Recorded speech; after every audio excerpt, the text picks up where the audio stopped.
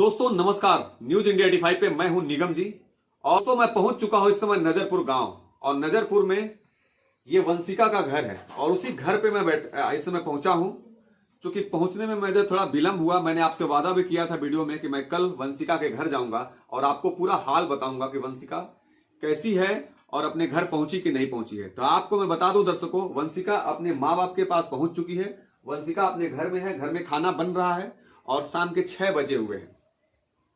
दोस्तों वहां हजारों सीसीटीवी कैमरे थे, हजारों पुलिस वाले थे, लेकिन किसी की नजर नहीं पड़ी वंशिका पे। और अगर दो पत्रकारों की नजर इस वंशिका पे नहीं पड़ी होती तो शायद वंशिका हमारे बीच नहीं रहती। मैं भावुक हो रहा हूं इस वीडियो को शूट करते हुए। वंशिका कैसी हो तुम, बताओ अभी इस समय। मैं इस समय ठीक हूँ। ठीक हो? हाँ। कौन वो लोग थे जो आपको बचाए वहां पे, आपको याद है कुछ? हाँ। कौन कौन लोग थे, उनकी वीडियो देखी आप? हाँ। अच्छा, नाम कुछ याद है?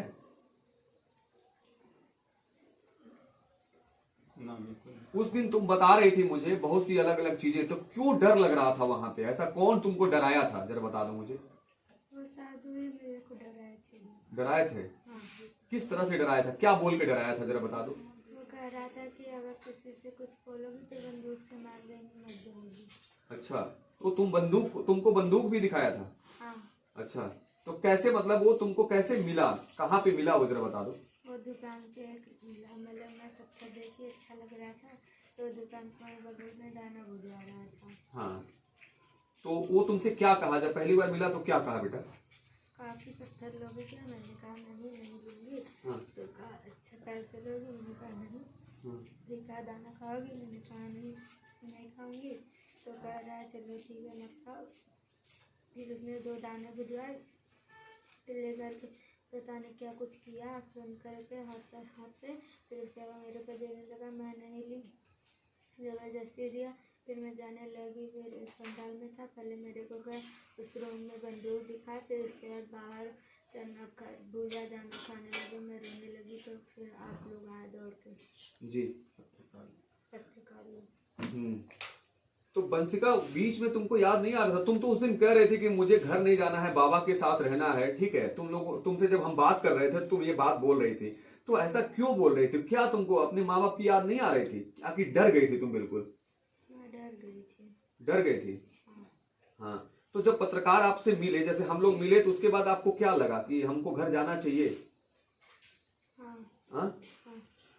तो क्या कहना चाहोगे तुम हमारे लिए और हमारे अनमोल भाई के लिए, क्या कहना चाहोगे? उनका बहुत बहुत धन्यवाद जो हमको बचा ले, आज हमारी नई जिंदगी दी है, नहीं तो वरना पता नहीं हम कहाँ होते। जी, रोंगटे खड़े कर दे रहे हैं दोस्त।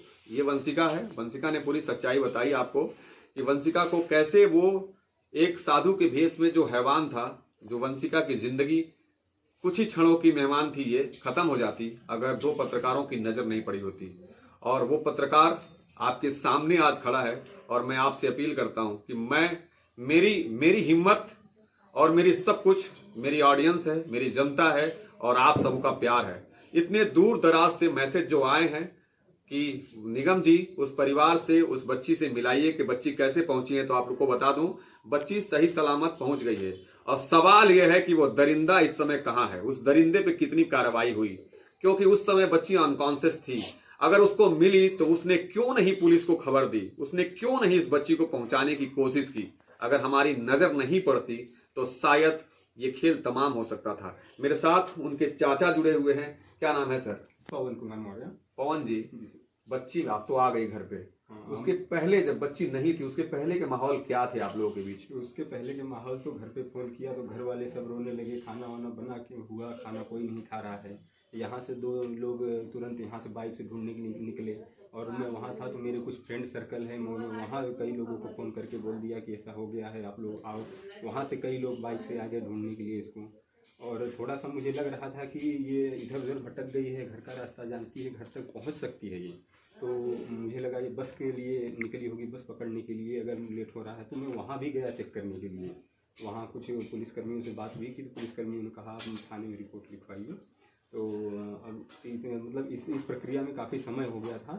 उसकी फोटो आप पुलिस को दिए कि नहीं, प्रोवाइड कराए थे कि नहीं कराए थे? नहीं, फोटो हमारे मोबाइल में था नहीं, घर वालों से मंगवाया, तब जो है हमें दिखा। और किस समय ये गायब हुई थी, वो समय क्या था और क्या हो रहा था उस समय की जब आपके हाथ से निकल गई? ये मेरे हाथ से 11:30 के समथिंग। मतलब क्या जो है ये आगे पीछे हो गई मुझसे। फिर आपने वहां खोजने की कोशिश की, दिखाई नहीं दी? नहीं दिखाई दी, मैंने इसको बहुत खोजने की कोशिश की। वंशिका, तो जब चाचा से तुम अलग हो गई तो तुमको खोजी चाचा को?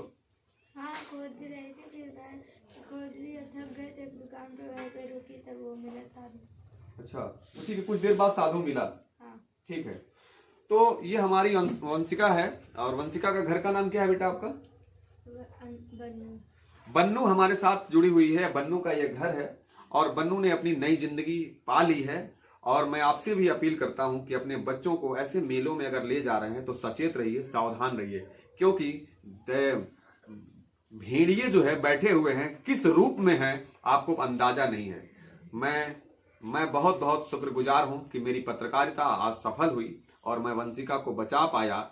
और हमारे साथी पत्रकार अनमोल जी जो कैमरे के सामने थे और मैं कैमरे के पीछे था, और उस हर चीज को मैंने रिकॉर्ड किया था, हर चीज को मैंने कवरेज किया कि वंशिका के साथ कोई भी खेल ना हो, पुलिस प्रशासन कल को कोई भी आवाज दबा ना सके और कोई उंगली ना उठा सके। इसलिए वो सारी कवरेज मैंने करके और इस रिकॉर्ड को अपने मोबाइल में कैद कर लिया और आप तक पहुंचा पाया, जिसकी वजह से आज वंशिका अपने परिवार के पास पहुंच चुकी है।